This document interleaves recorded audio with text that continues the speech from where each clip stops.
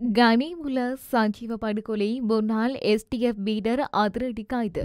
காவல்துறை விசாரணைக்கு அளிக்கப்பட்ட முன்னாள் எம்பி கயேந்திரன். இரவில் இடியுடன் கூடிய கனமழை, விடுக்கப்பட்டுள்ள கடும் எச்சரிக்கை. சர்ச்சையில் வேலன் சுவாமிகள். தாயட்டி விகாரை குறித்து வாக்குமூலம் பெற அழைப்பு. உள்ளூராட்சி தேர்தல் தொடர்பில் வெளியான விசேட வர்த்தமானி அறிவித்தல். மெத்தனிக துப்பாக்கிச்சூடு, காயமடைந்த 9 வயது சிறுவனும் பலி. ஜனநாயகத்துக்கு விரோதமாக செயற்படும் எதிர்க்கட்சிகள். ட்ரில்வின் சில்வா. 2024 ஜனாதிபதி தேர்தலுக்கு முதல் நாளில் இடம்பெற்ற பாரிய பண மோசடி. இலங்கையுட்பட உலகின் 102 நாடுகளுக்கு கிடைத்துள்ள நன்கொடை.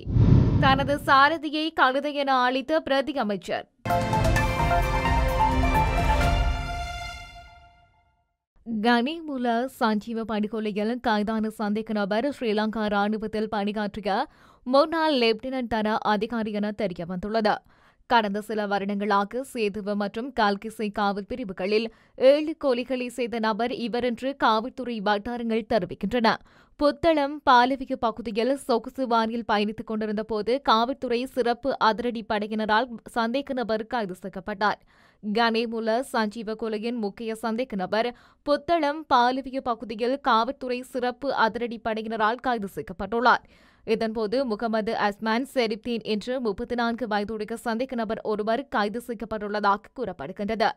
இதேவேளை குறித்த வெடிக்கத்தை பொதுமக்கள் பாதுகாப்பு பிரதி அமைச்சர் சுனில் வட்டக்கலவும் நாடாளுமன்றத்தில் உறுதிப்படுத்தியுள்ளமை குறிப்பிடத்தக்கது.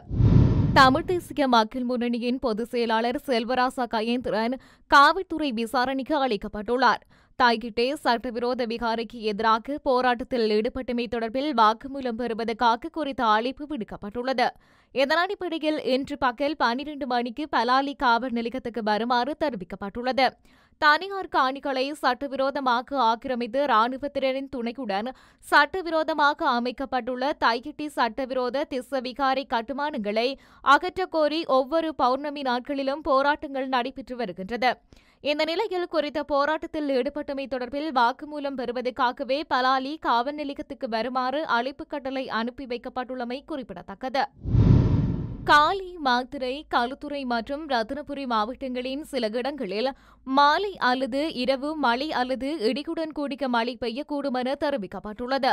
குறித்த வெடிக்கத்தை வளிமண்டலவியல் திணைக்களம் இன்று வெளியிட்டுள்ள அறிக்கையில் குறிப்பிட்டுள்ளது. இதன் அடிப்படையில் நாட்டின் பிற பகுதிகளில் முக்கியமாக வறண்ட வானிலை நிலவும் என தெரிவிக்கப்பட்டுள்ளது. அத்தோடு மேற்கு சப்ரகமுவ, மத்திய ஊவா மற்றும் வடமேற்கு, வடக்கு மற்றும் வடமத்திய மாகாணங்களில் சில இடங்களில் காலை வேளையில் மூடுபனியுடன் கூடிய வானிலை எதிர்பார்க்கப்படலாம் என தெரிவிக்கப்பட்டுள்ளது. மேலும் இடியுடன் கூடிய மழை பெய்யும் போது தற்காலிகமாக உள்ளூர் மயமாக்கப்பட்ட பலத்த காற்று மற்றும் மின்னல் தாக்கத்தால் ஏற்படும் சேதங்களை குறைக்க போதுமான முன்னெச்சரிக்கை நடவடிக்கைகளை எடுக்குமாறு தெரிவிக்கப்பட்டுள்ளமை குறிப்பிடத்தக்கது. கடந்த பௌர்ணமி தினத்தன்று நடைபெற்ற சட்டவிரோத திஸ்ஸவிகாரைக்கு எதிரான போராட்டம் குறித்து வாக்குமூலம் பெறுவதற்கு வேலன் சுவாமிகளுக்கு அழைப்பு விடுக்கப்பட்டது. இன்றைய தினம் பலாலி காவல்துறை நிலையத்துக்கு நண்பகல் 12 மணிக்கு விசாரணைக்கு வருமாறு அழைப்பு விடுக்கப்பட்டுள்ளது. சட்டவிரோத தாய்கிட்ட திஸ்ஸவிகாரியானது மக்களது காணிகளை அபகரித்து சட்டவிரோதமாக கட்டப்பட்ட நிலையில் அந்த விகாரியை அகற்றுமாறு கோரி போராட்டம் நடாத்தப்பட்டது. இதேவேளை இந்த போராட்டத்துக்கு காணி உரிமையாளர்கள் உட்பட அரசியல் கட்சிகள் பிரதிநிதிகளாலும் ஆதரவு தெரிவிக்கப்பட்டது. அத்தோடு இதே விவகாரத்துக்காக நாடாளுமன்ற உறுப்பினர் கயேந்திரகுமார் பொன்னம்பலத்துக்கும் மல்லாகம் நீதவான் நீதிமன்றத்தினால் அழைப்பு கட்டளை விடுக்கப்பட்டு பிணையில் விடுவிக்கப்பட்டிருந்தமை குறிப்பிடத்தக்கது. உள்ளூராட்சி தேர்தல் தொடர்பில் விசேட வர்த்தமானி அறிவித்தல் ஒன்று வெளியிடப்பட்டுள்ளது. இதன்படி ஒவ்வொரு மாநகர சபை, நகர சபை மற்றும் பிரதேச சபை உறுப்பினர்களின் பதவிக்காலம் 2025 ஜூன் 2 முதல் ஆரம்பமாகும் என அறிவிக்கப்பட்டுள்ளது. மாநகர சபை கட்டளை சட்டம் 252 பிரிவு 10 துணைப்பிரிவால் வழங்கப்பட்ட அதிகாரங்களின் அடிப்படையில் பொது நிர்வாகம், மாகாண சபைகள் மற்றும் உள்ளூராட்சி அமைச்சர் AHMH அபயரத்னவால் பரிந்துரைக்கப்பட்டுள்ளது. அதன்படி 27 மாநகர சபைகள், 36 நகர சபைகள் மற்றும் 274 பிரதேச சபைகள் இவ்வாறு பட்டியலிடப்பட்டுள்ளன. மேலும் உள்ளூராட்சி அதிகார சபை தேர்தல்களை ஏப்ரல் மாதத்தின் கடைசி வாரத்தில் நடாத்துவதற்கு தேர்தல் ஆணையகம் பரிசீலித்து வருகிறது. மெத்தனிய பகுதியில் நேற்று முன்தினம் இரவு நடந்த துப்பாக்கி சூட்டு சம்பவத்தில் படுகாயமடைந்து வைத்தியசாலையில் சிகிச்சை பெற்று வந்த சிறுவனும் உயிரிழந்துள்ளதாக தகவல் வெளியாகியுள்ளது. 9 வயதான குறித்த சிறுவன் காலி தேசிய வைத்தியசாலையின் தீவிர சிகிச்சை பிரிவில் சிகிச்சை பெற்று வந்த நிலையில் சிகிச்சை பலனின்றி உயிரிழந்துள்ளதாக தெரிவிக்கப்படுகின்றது. மெத்தேனிய கடேபத்த சந்தி பகுதியில் நேற்று முன்தினம் இரவு அடையாளம் தெரியாதோர் மோட்டார் சைக்கிளில் பயணித்த நபரை இலக்கு வைத்து நடத்திய துப்பாக்கிச் சூட்டில் குறித்த சிறுவன் படுகாயமடைந்திருந்தார். துப்பாக்கிச் சூட்டை அடுத்து இலக்கு வைக்கப்பட்ட நபர் சிறுவனின் தந்தை சம்பவ இடத்திலேயே உயிரிழந்துள்ளதுடன் மோட்டார் சைக்கிளில் பயணித்த அவரது மகனும் மகளும் படுகாயமடைந்தனர். பின்னர் எம்பிலிப்பிட்டிக வைத்தியசாலையில் சிகிச்சைக்காக அனுமதிக்கப்பட்ட மகளும் உயிரிழந்த நிலையில் தற்போது மகனும் உயிரிழந்துள்ளார். சம்பவத்துடன் தொடர்புடைய சந்தேக நபர்களை கைது செய்வதற்காக விசாரணைகள் முன்னெடுக்கப்பட்டுள்ளன. மெத்தனிய கடேபத்த சந்தி பகுதியில் நடந்த துப்பாக்கிச் சூட்டு சம்பவத்தில் இறந்தவர் கச்சா என்ற அருண விதானி கமகே என அடையாளம் காணப்பட்டுள்ளதுடன் அவர் பல குற்றச்செயல்களுடன் தொடர்புடையவர் என தகவல்கள் வெளியாகியுள்ளன. எதிர்க்கட்சிகள் ஜனநாயகத்துக்கு விரோதமாக செயற்பட முயற்சிப்பதாக ஜேவிபியின் பொதுச் செயலாளர் ட்ரில்வான் சில்வா குற்றம் சுமத்தியுள்ளார். உள்ளூராட்சி மன்ற தேர்தல்களை கூடிய விரைவில் நடத்துவதற்கு தேர்தல் ஆணைக்குழு இணங்கியதாக தெரிவித்துள்ளார். கொழும்பில் நடைபெற்ற செய்தியாளர் சந்திப்பில் அவர் இதனை தெரிவித்துள்ளார். எதிர்க்கட்சிகளைச் சேர்ந்த சிலர் தேர்தல்களை ஒத்திவைப்பதற்கான முயற்சிகளில் ஈடுபட்டுள்ளதாகவும் அது தொடர்பில் தேர்தல் ஆணைக்குழுவிடம் பேசியுள்ளதாகவும் அவர் தெரிவித்துள்ளார்.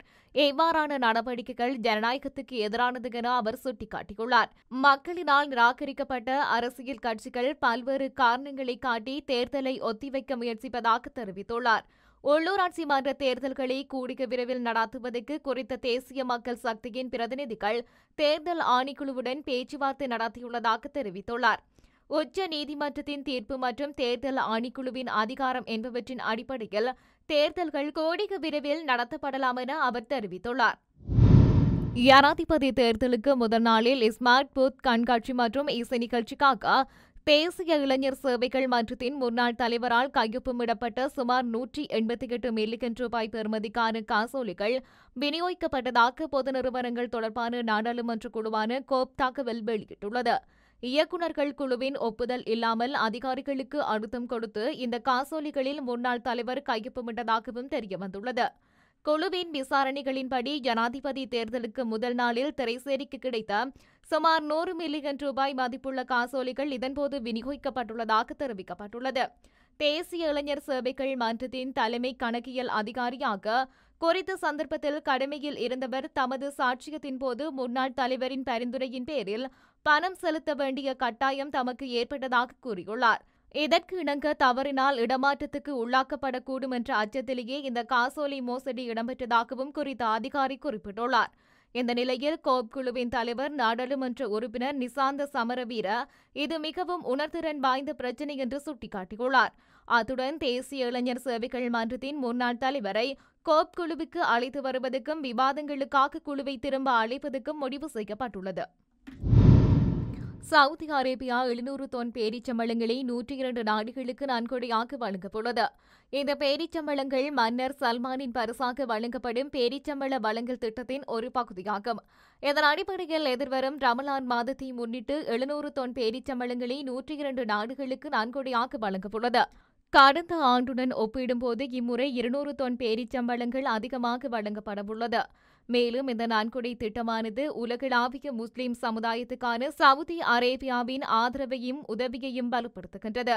இந்த விநியோகத்தை சவுதி தூதரகங்களுடன் ஒருங்கிணைந்து இஸ்லாமிய அலுவல்கள் பிரகாரம் மற்றும் வழிகாட்டல் அமைச்சகம் மேற்கொள்ளவுள்ளது. பொருத்தமான நேரத்தில் மக்கள் மத்தியில் விநியோகிப்பதற்கு பேரிச்சம்பழங்கள் அனுப்புவதற்கான அனைத்து ஏற்பாடுகளும் நிறைவடைந்துள்ளதாக தெரிவிக்கப்பட்டுள்ளது. இந்த நன்கொடை ரம்லான் காலத்தில் லட்சக்கணக்கான முஸ்லிம்களுக்கு உதவுவதாக இருக்கும் என கூறப்பட்டுள்ளது. இதேவேளை சவுதியிலிருந்து இலங்கைக்கும் சமீபத்தில் 50 தொன் உயர் ரக சவுதி பேரிச்சம்பழங்கள் வழங்கப்பட்டுள்ளன. இது இரு நாடுகளுக்கு இடையிலான உறவினை வலுப்படுத்துவதுடன் இலங்கையின் முஸ்லிம் சமுதாயத்துக்கு சவுதி அரேபியாவின் தொடர்ச்சியான ஆதரவுகளும் சான்றாக அமைகின்றது என கூறப்பட்டுள்ளது. பொது பாதுகாப்பு மற்றும் நாடாளுமன்ற விவகார பிரதி அமைச்சர் சுனில் வட்டக்கல தனது சாரதியை கழுதை என அழைத்ததாக தென்னிலங்கை ஊடகங்கள் செய்தி வெளியிட்டுள்ளன. புதுக்கடை நீதிமன்ற வளாகத்திற்கு நேற்றைய தினம் வருகை தந்த பிரதி அமைச்சர் தனது வாகனத்தை வரவழைக்கும் போதே இவ்வாறான வார்த்தை பிரயோகத்தை மேற்கொண்டுள்ளார். பாதாள உலக குழுவைச் சேர்ந்த கனேமுல்ல சஞ்சீவ மீதான துப்பாக்கி சூட்டு சம்பவம் தொடர்பிலான வெடிக்கங்களை ஆராய சுனில் வட்டக்கல நீதிமன்ற வளாகத்துக்கு வந்திருந்தார். இதன்போது அவரின் முன் சூழ்ந்த ஊடகவியலாளர்கள் பொதுமக்களின் பாதுகாப்பை உறுதிப்படுத்தும் அரசாங்கத்தின் திறன் குறித்து அவரிடம் கேள்வி எழுப்பினர். இவற்றுக்கு பதிலளிக்க மறுத்த பிரதி அமைச்சர் கழுதை இங்கே வாங்கின கடும் தொனியில் தனது சாரதியை தொலைபேசி மூலம் அளித்ததாக தெரிவிக்கப்பட்டுள்ளது.